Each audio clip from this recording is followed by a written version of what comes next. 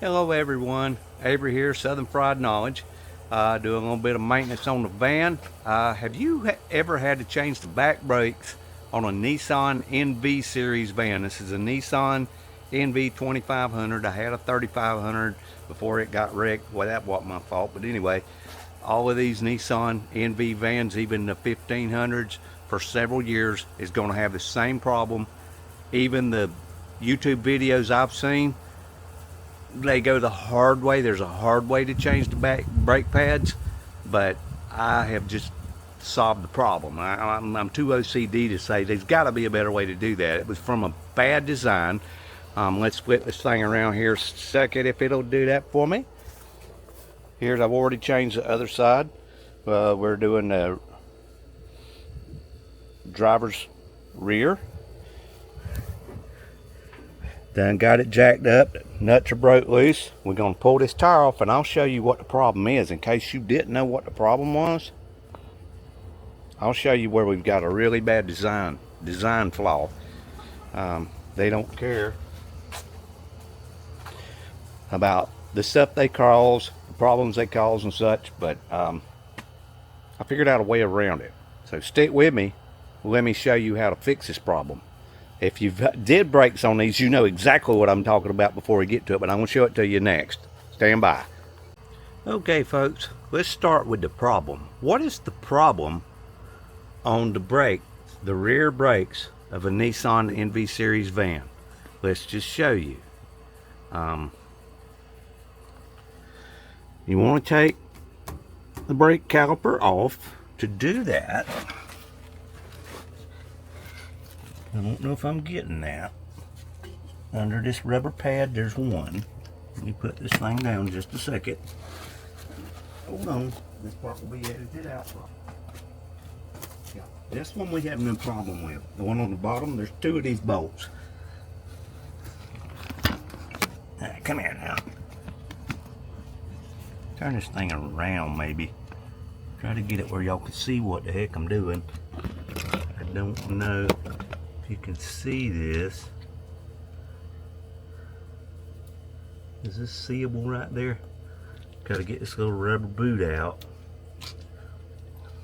Now that's not easy. It rolled right there halfway under the van. Alright, like I said, right here, you got to take a number 10 metric. That actually feels like oh, that's because this is the not metric. This is a 3/8. A number 10 metric will work. 3/8 is going to probably get stuck in there.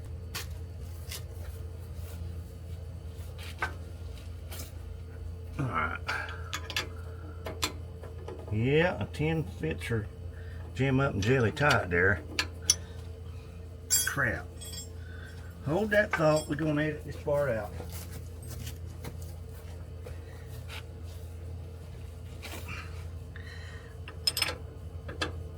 Okay, so here's our number 10. Took me a minute to find that. I can't help you with how to find tools that you lose. We all suffer from these things. See if I can loosen that up. Wait a minute now. Yeah, that's tight, I think. No, that is not tight.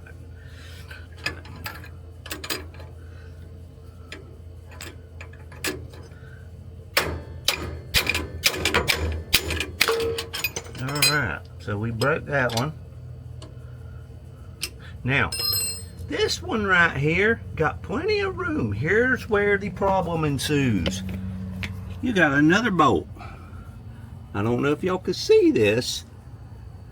Bolt's up in here. I still got to pull this little cap off. That is a leaf spring. Thank you, Nissan, for designing it so the bolt hole, the recessed bolt hole, is 1 inch away from a leaf spring. We love you for this. But, and most people tell you, they're going to tell you to start taking this bolt and this other bolt.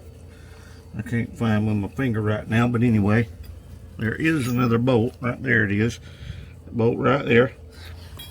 Take that off and take the whole caliper housing and everything off. That's if you're going to replace the rotor, you got to do that anyway. But if you're just changing pads, That's real hard to get all that stuff back on there. So what you want to do, I'm going to have to take that little rubber boot off of that one. Right, I got to get the boot out of this. Put that down a minute. Can't do all this with holding the camera, so y'all work with me here. Alright. Now, we've got this problem here. Now, the good news is that will fit on there. See, that goes up in there. So what we got to do is break that. Let's see if we can break that. Depending on how tight they got it in here. I don't have my good hammer. Okay, we just broke that loose. Now, where it gets bad is the further you screw that out, you won't be able to get your wrench in there when you back it out a little bit more. And that's why everybody says, take these bolts out and take the whole thing off. You don't have to take the whole thing off. I even had, was trying to stick this in there. So you can't get it in there. So that ain't gonna work. This works. You done got it loosened. So how do you get that out? I know you're not understanding it, but when you back it out a little bit further, you won't be able to get your wrench out and you can't back the bolt out all the way. The wrench remains in the way because of this back elbow on the back side of the wrench is going to get you stuck where you can't get the bolt out, can't get the wrench out, and then you have to drop the whole thing. Well, I just invented something. Find you an old number 10 Allen. If you got a cheap one, it don't matter because we've already broke it loose with the good number 10 metric Allen wrench.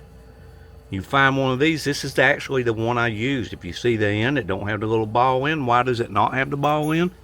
Because I put it in a vise, got my portaband, and made this. I cut this off the end of that. These two pieces here used to be one wrench.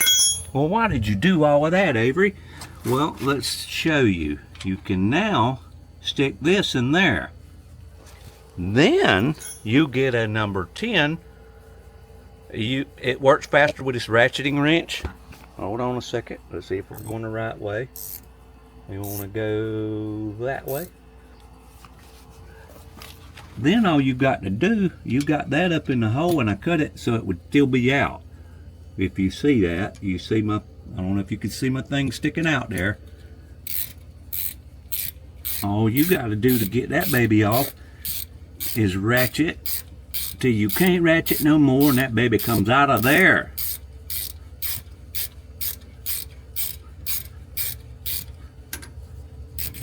Already did the other side, and I'd kind of done started taking the whole deal off, so. And you just back that sucker out, and it's out of there. Ooh, that one got some extra amounts of grease on him. Put this down a minute. I might just use him, if I can, on this bottom one down here. Should have went ahead and got him all the way out. I don't know if y'all can see all of that. Kind of hard to tell what y'all can see here. What the heck is going on?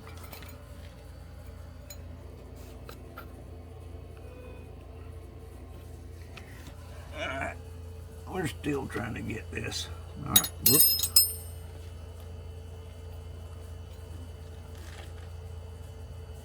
Looking for my wrench. There we go.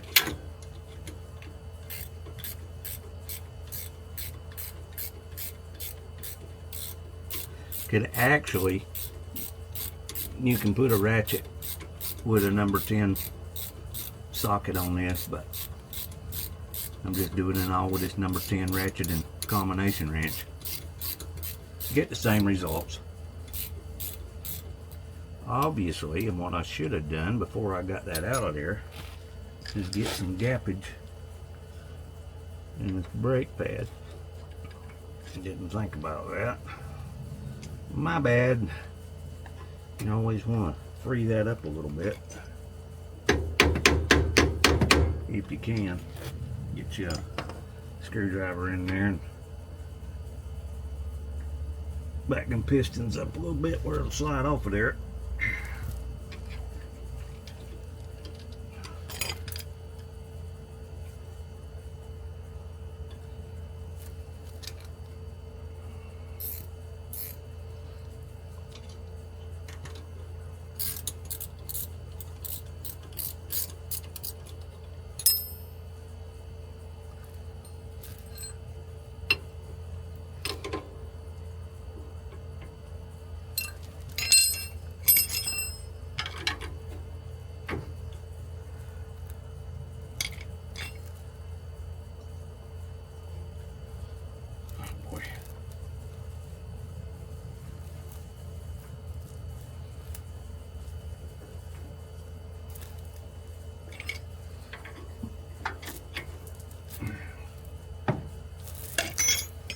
Yep, you can get those pistons up in there before you do all this. It'll be very easy. There we go. I got that one out of the way. Y'all know the drill. That part y'all should know how to do. You're going to have to back the piston all the way up once you get it out of there. These boys are out. Set him over there for a minute.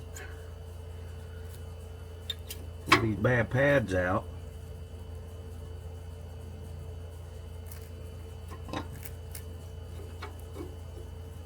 Try to pull these bad pads out.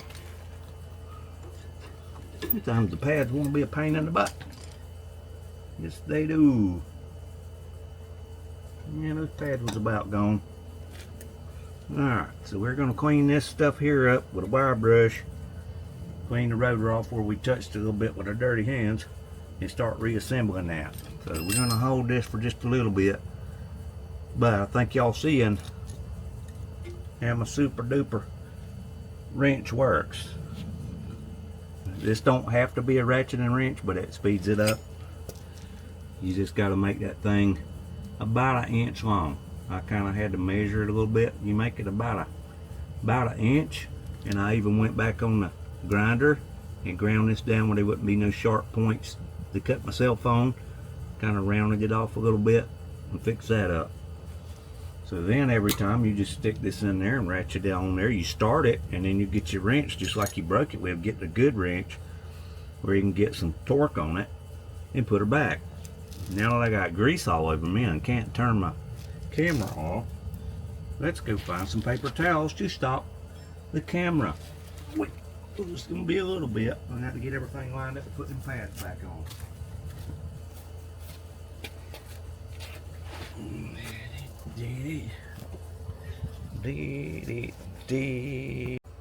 Hello folks, just in case you don't know a whole lot about brakes, I decided I'd show you a little bit of the other stuff. We've already placed the new pads. I'm going to try to pull it out. Like they fit in these tracks right here and right there. These tabs. You take and you put it there. Put that one there. Squeeze it all the way in. You do the same thing on the back side. Obviously making sure the brake side is in next to the disc. If you don't know that much about it, gimbal endpoints reached. Stop your silliness, gimbal. Anyway, so now another thing you got to do, and everybody knows this, but if you're fresh on this and you don't know, you've got to press these pistons back in. Well, that one's almost in because I did it with a screwdriver. Quickest way to do that, and they do make a better C-clamp for this.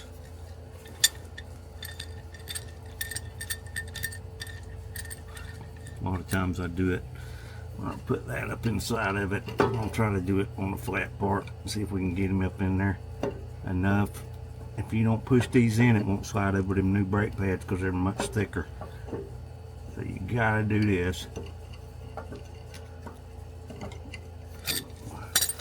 See what that looks like. That's fairly decent. We'll do the other one. Like I say, usually I put her in here like that and tighten it up.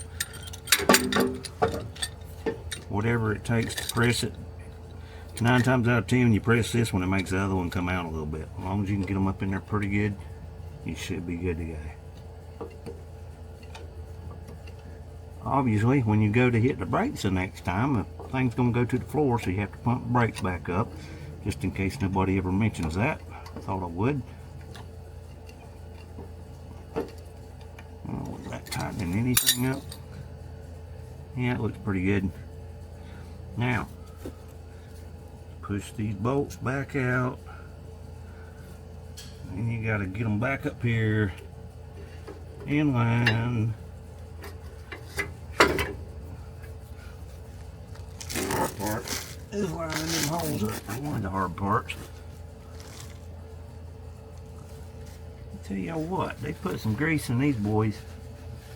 Getting it all over me trying to even get a hold of these screws. I should have pulled them out and cleaned them off. Put fresh grease on it, but oh well. That feels like that might be it. Let's see if it feels like it's right.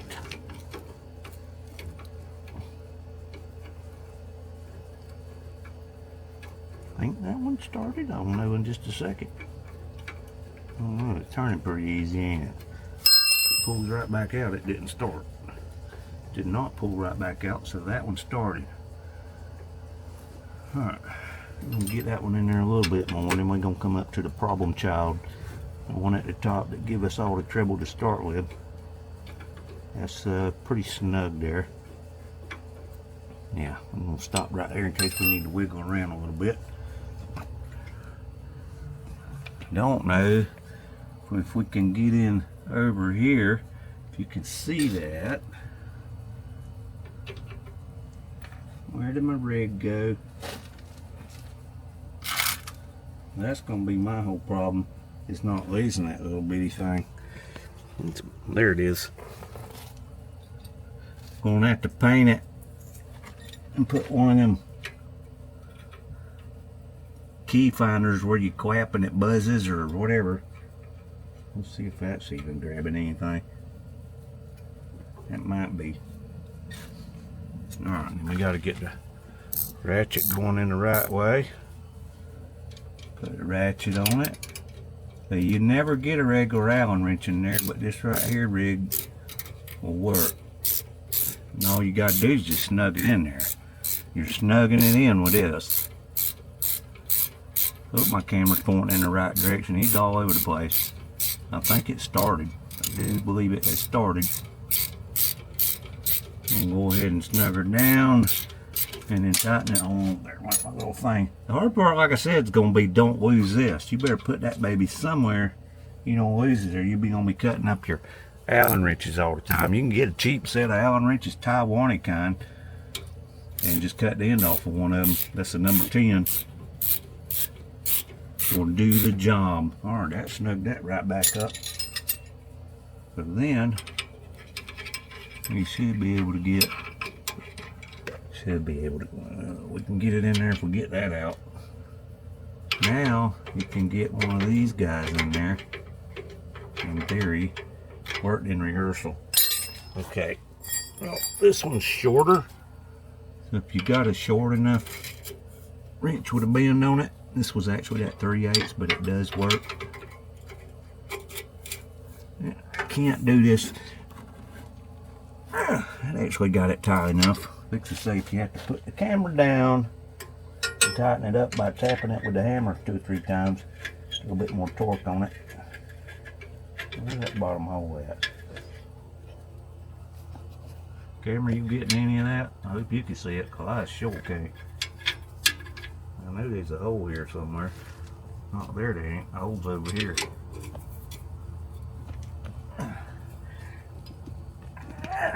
Alright, now that's pretty good. Now, we got the new pads on. All we got to do is pop the tire back on there.